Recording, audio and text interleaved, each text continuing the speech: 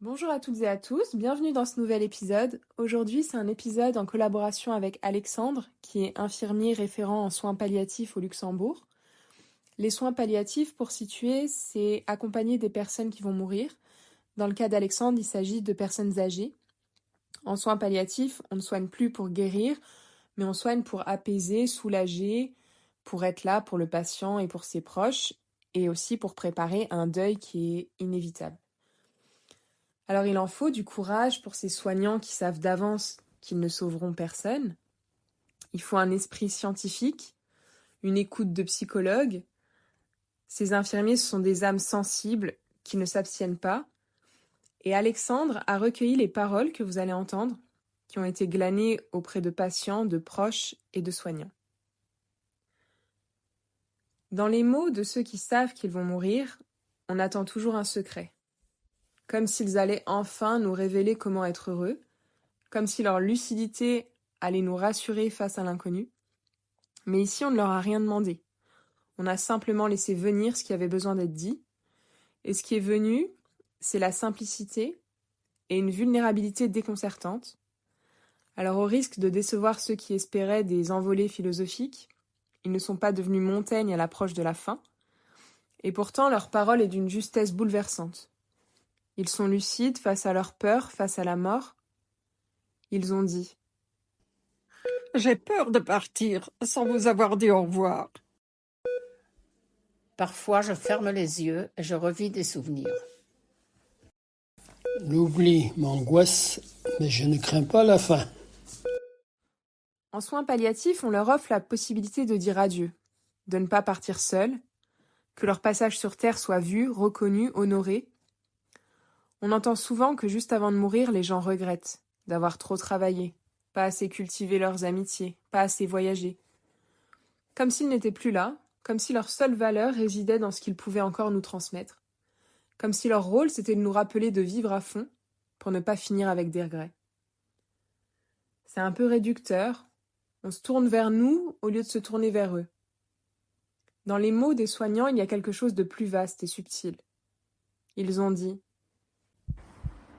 Le courage, c'est de rester humain face à la fin. » Être soignant, c'est accompagner la dignité jusqu'au bout. Le plus important, c'est d'être là, vraiment là. En soins palliatifs, chaque instant compte, chaque présence apaise. C'est le présent qui devient roi. Chaque minute vivante est précieuse. Une seule seconde de vraie présence peut parfois valoir plus que toute une décennie. On aime dire que le chemin compte plus que la destination. Peut-être parce que la destination, on la connaît tous. On l'appelle la mort, mais on ignore ce qu'elle contient. La vie, c'est comme une longue randonnée sans carte précise, et même à 1 mètre de l'arrivée, on ne voit pas encore le paysage. Ce sont peut-être les derniers pas qui comptent le plus, ceux où l'on marche à plusieurs.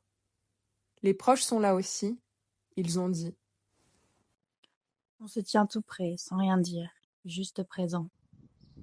C'est dur de voir partir quelqu'un qu'on aime, mais je veux rester fort. En soins palliatifs, les patients gardent leur dignité. Ils se sentent aimés, entourés par leurs proches et par l'équipe soignante. On pense qu'ils ne veulent parler que du passé, mais c'est faux.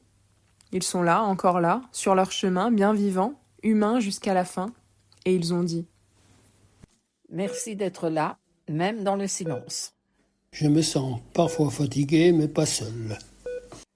Je n'ai plus mal quand j'entends vos voix. Tout se joue maintenant.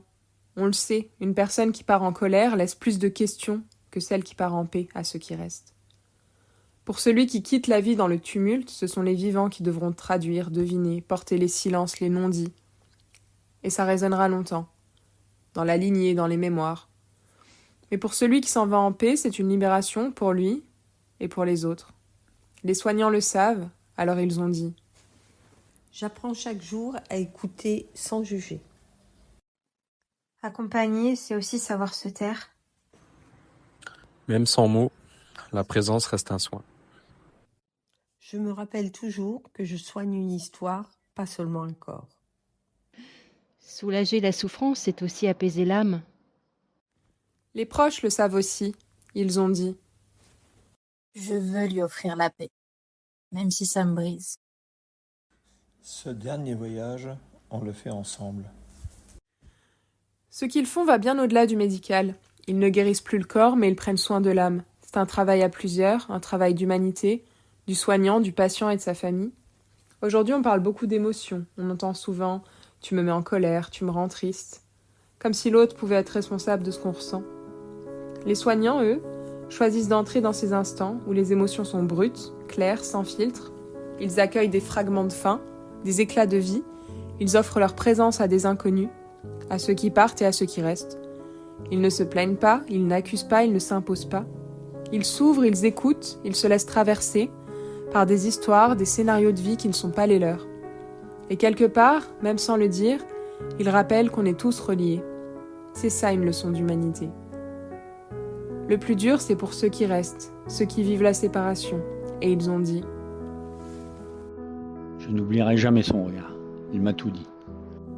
Le dernier sourire qu'il m'a donné, je le garde au fond du cœur.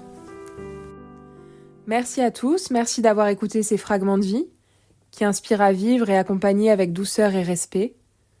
À bientôt pour un prochain épisode.